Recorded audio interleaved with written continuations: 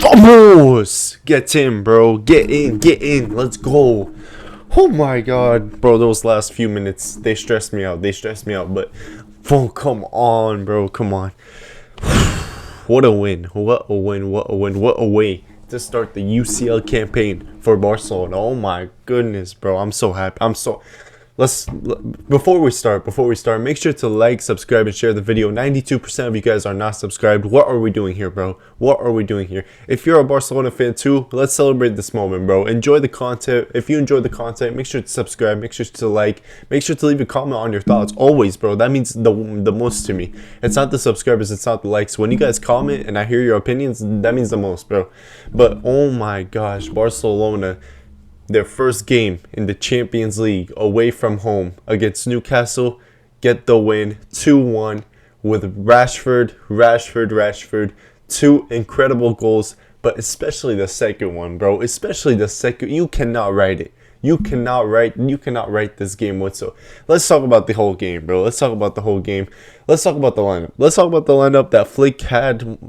Almost, bro. Come on, bro. Get in, bro. Like, you guys don't know, Newcastle away, never an easy game, bro. Going into this game, never an easy game. There's history of teams that have went to Newcastle away and they've struggled there, bro. Liverpool, the other day, they needed a last-minute goal against 10-men Newcastle. They needed a last-minute goal to get the win. Every time, PSG, when they went to Newcastle's house, they lost 4-1 to Newcastle. So this was never going to be an easy game.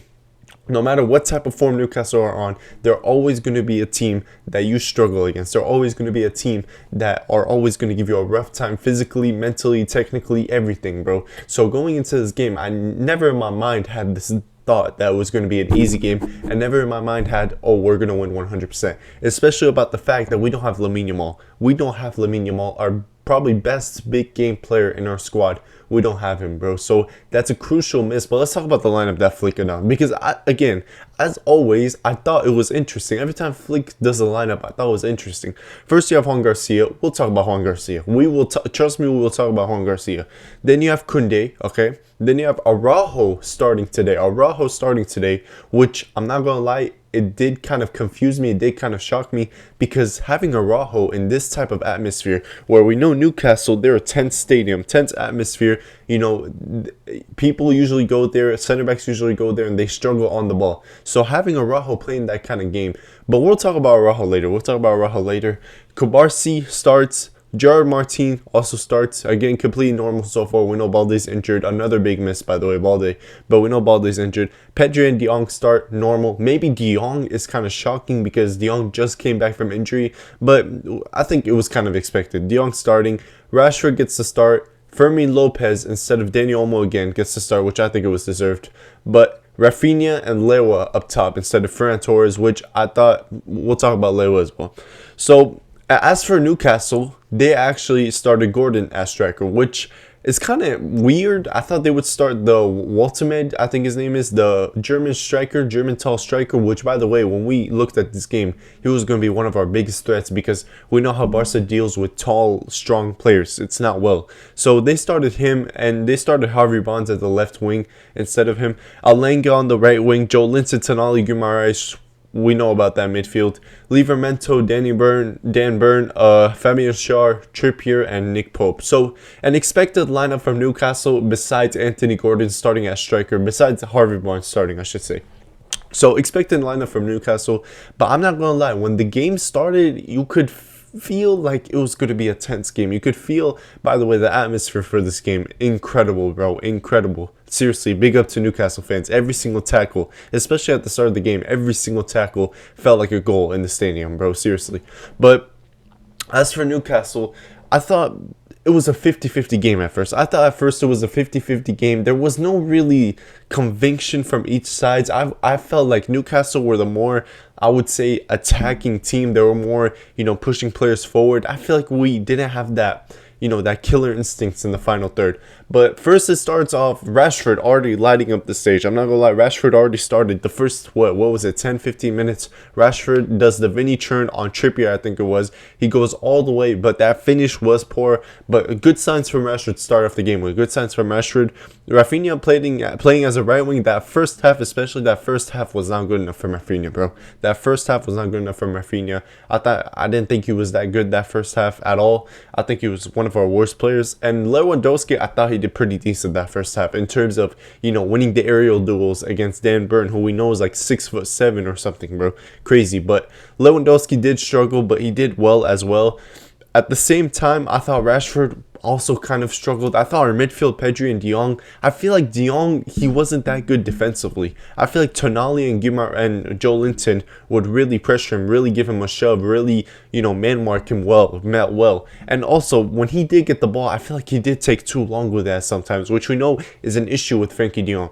But he had a decent game, but I feel like the fact that they gave him struggles, they had to struggle with, like, they made De Jong struggle to get the ball. I didn't think De Jong made that same energy to them. I didn't think De Jong was man marking them like he was like they were man marking him. And even when he was close to them, he wasn't giving them that physical, you know, like I'm here, like that jab. You get me?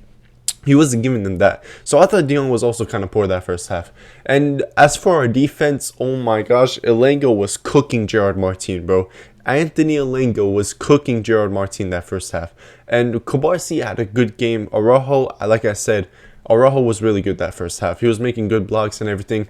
Koundé was on the ball. Koundé wasn't the best, I'll be honest. He did have that one moment where he did that spin, but other than that, Koundé wasn't the best on the ball. I feel like he lost it a lot. I feel like all our center backs really, Araujo, Koundé, and Gerard Martin especially, they were losing the ball a lot. But at the same time, Koundé, in terms of guarding Harvey Barnes and guarding Anthony Gordon, I thought he was exceptional today. Every cross he was stopping, every dribble, no one was getting past him, bro. He was being a Rolls Royce the whole time. And Juan Garcia, this is what I mean by a keeper can win you a UCL title. A keeper can give you a UCL title just like this. A keeper can win you games. A keeper can win you the cagiest of matches, the hardest of matches. A keeper like Juan Garcia will change the entire game. And when Newcastle had that, first of all, they already had a chance. That offside, first of all, it was miles offside, but he tried to chip Juan Garcia, and Juan Garcia made an incredible save. And not only that, the Elengo, where we failed that offside trap, Elengo was running, crossing it to Anthony Gordon, and that save Juan Garcia made, not only was that a hard save to do, you know, it was on the floor. On the floor shots are the hardest for the keepers. On the floor, he had to stretch out for it. Not only that, but the way he reacts to it, how quick he is to react to that shot, how quick he is to spot the danger. He knows he's going to be crossing. He's already there to anticipate it. And Juan Garcia that first half, in terms of his ball distribution, in terms of his saving, in terms of his shot stopping, in terms of his aerial, whatever it was, bro, Juan Garcia was absolutely amazing. This is why I promise you, if that situation happened with either Szczesny or Ter Stegen, it would have been 1-0 to Newcastle, and we would have been the ones to have to chase the game. That always reminds me of, let's say, the Inter goal where Thuram gave it to Lautaro. Everyone was saying, oh, but Szczesny, impossible to reach it. The thing is, Szczesny is nowhere near as quick as Juan Garcia. I'm not saying Szczesny isn't, like, you know, shot stopping wise, but I'm saying Szczesny is not going to react to it like Juan Garcia does. Ter Stegen is not going to react to it like Juan Garcia does. When you have a good keeper, you know what it's like to be a good shot stopper, okay?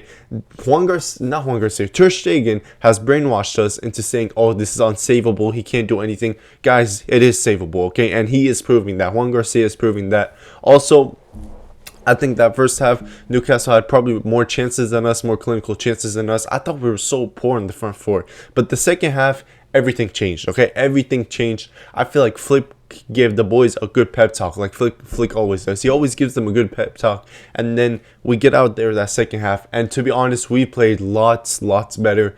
Maybe up until the 50th minute is when we really started playing, is when we really started creating chances. Rafinha had this one chance where he was trying to dribble past players, he sends it across and it didn't go well, but we're creating chances. We're actually getting to the final third. We're controlling the game a little bit more. That second half, I don't know what tactical adjustments Flick made, but that second half was way more convincing than the first half. We looked way more comfortable on the ball and even off the ball. I feel like our pressing was way better. Rafinha's pressing was better. There was one moment moment where he was pressing Dan Burn and he got out. So either way, everything about that second half was better than the first half. And it leads to the goal that we scored. Rafinha gets the ball in the corner. He passes it to Koundé, and Koundé with a left-footed cross into Rashford. Rashford a little bit outside the penalty area. Not the penalty box, but, you know, the penalty circle thing. Rashford a little bit outside that. Perfect header to the bottom corner. And Rashford gets the first goal of Barcelona's UCL campaign. And what a header it was, bro. What a header it was. Perfectly timed. Perfect power on it, perfect placement on it. Rashford gets the first goal, and not only was that enough, that wasn't enough for Rashford. That was not enough for Rashford. Not only did that increase Rashford's confidence by so high, but it turned him into a whole different player, bro. It turned him into a whole different player. That first half, after that, he was taking on players, dribbling past players, and let's just get on with it, bro. Let's just talk about it. The second goal, a deflection, it comes back to Rashford. Rashford, way outside the penalty box, gets a little shimmy to the right, another shimmy to the right. Guys, I swear to God, that is prime Ronaldo level of ball striking, bro. That is prime level of Ronaldo ball striking. That is an insane goal, insane shot power. When that went in, if you think my voice sounds like kind of low or whatever, if you think my voice sounds kind of low, just know it was because of that goal. That goal, I screamed my lungs out, bro. Rashford, what a goal. Crossbar and in. That goal, that should start Rashford's remontada. That goal should start Rashford's reincarnation. Rashford Ballon d'Or push. That goal should start it, bro. Because genuinely, that goal defined all of Rashford, what he was when he had confidence in Man United. Those were the type of goals he was scoring. You can go back to the 2022-2023 season when he scored that goal against Arsenal. You can go to that goal where he scored against Man City. He always has these insane ball striking goals. When Rashford has confidence, he is a very dangerous player. And Flick, if he can make Rashford this confident player, which by the way, these two goals might start a whole new era for Rashford. It genuinely might start a whole new era for Rashford. If Flick can make him into the confidence beast that he is, then guys, we have a special talented player in our hands, and I think we've all known that, bro. I think we've all known that Rashford is that type of player where he just needs confidence, and we're gonna see the true Rashford. Rashford, what a goal, what a finish, insane, bro, insane. And then after that, I think it was just us, bro. I think it was just us controlling the game up until, you know, the 67th minute when Rashford scored. Up until the 90th minute, we were absolutely controlling the game. We were passing it around. Pedri made them go crazy, bro. Pedri made them lose their heads because this guy was doing every spin trick you can imagine to get past players. They were fouling him every single time. He was in the corner toying with them. He didn't lose the ball once, bro. He did not lose the ball once. Pedri, do I even have to explain? Do I genuinely have to talk about Pedri anymore? We know what he can do, bro. We know this guy is probably our most important player in the whole franchise, bro. Seriously, Pedri, what a player, what a game he had today, and he carried us from until Rashford's goal till that 90th minute. Like I said, Rafinha looked much better when he looked like he was taking on players, he was taking on shots, he put some dangerous passes to Fermin and to Olmo. That last shot that Olmo had, which almost went to the bottom corner, it was a great game, bro. And also, Anthony Gordon gets his goal, which we did get outplayed. He plays the right back. I think it wasn't Livramento, but someone put in a cross to Anthony Gordon. I don't think, maybe you can't really blame, maybe you can blame Araujo, but either way, Juan Garcia can't save that. You could say Koundé probably should have tracked this man better, but I feel like that's Araujo's fault because, guys, I feel like everyone did the offside trap except him. So we'll see. I can't really blame Araujo for that. I can't. I'm sorry, I can't. It was a sweaty, bro. It was a sweaty pass to the middle finish. I can't blame Araujo for that. But Juan Garcia couldn't really save that. But it is what it is, okay? It is what it is. I feel like after that, Newcastle tried their little long ball things. It didn't work out. But I think, guys, what a game for Barcelona. Seriously, what a game for Barcelona. Convincing. Let's just get on with the player ratings, bro. Seriously, let's just get on with the player ratings. And, okay, let's go. Juan Garcia, bro. Juan Garcia. Give this guy and I know he conceded one goal, but give him an 8, bro. Genuinely give Juan Garcia an 8, because if Newcastle had scored that first goal, I feel like this game would have been a whole different story. I feel like this game would have changed completely, because we saw it against Inter. When they scored that first goal, they were parking the bus, and then they scored that second goal. So this game probably could have changed completely, especially considering it's Newcastle Stadium and their strength is defense. This could have been a long